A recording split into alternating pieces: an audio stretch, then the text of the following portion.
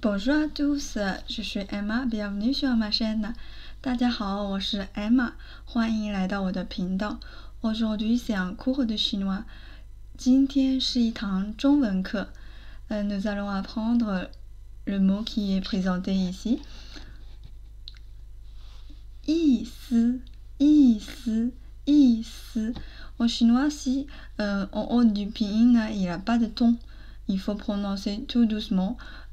C'est comme premier ton, mais plus douce que le premier ton. Premier ton, si. Et là, on va le raccourcir un peu. Si, ici, ici. Et là, je vais vous dire la première définition de ce mot-là. Il y a 4 définitions. La première définition, c'est comme signification. C'est comme si quand vous êtes en cours de chinois, votre prof va vous demander ça signifie quoi, ça signifie quoi ce mot, ça signifie quoi. Donc ici, l'exemple est 这是什么意思？这是什么意思？ Donc si vous entendez votre prof vous demande 这是什么意思? Ça veut dire il te demande ça signifie quoi ce mot-là. Et la deuxième signification, ça signifie opinion, opinion aidée. C'est comme si quand on te demande, on va faire un exemple, c'est comme si on te demande c'est quoi ton idée, c'est quoi ton opinion. Donc en chinois c'est 你的意思是什么？你的意思是什么？你的意思是什么？ Donc c'est quoi ton idée? Ton idée est quoi? La traduction, il n'est pas au sens, dans le bon sens dans le sens naturel en français, je le traduis comme mot à mot pour tomber pile sur le mot en chinois, ok? Donc si vous avez compris, ça veut dire c'est quoi ton idée? C'est quoi ton idée? Et la troisième définition, ça signifie intéressant. Et si on va faire un exemple avec, c'est si on te dit tu es une personne intéressante, en chinois c'est 你是一个有意思的人，你是一个有意思的人，你是一个有意思的人。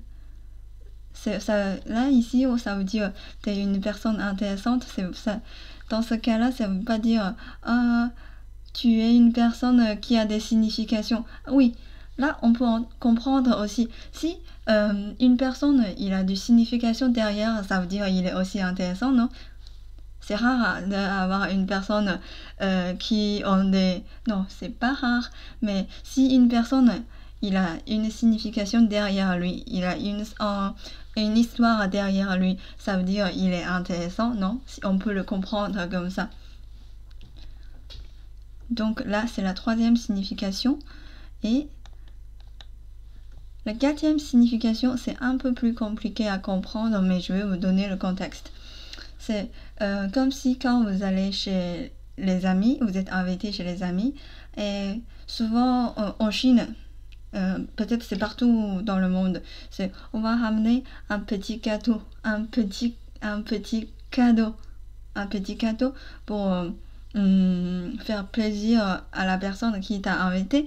Donc là en Chine, c'est si tu vas chez quelqu'un, si tu ramènes beaucoup de choses ou des cadeaux chers, l'invité va te dire 意思意思就行了，意思意思就行了，意思意思就行了。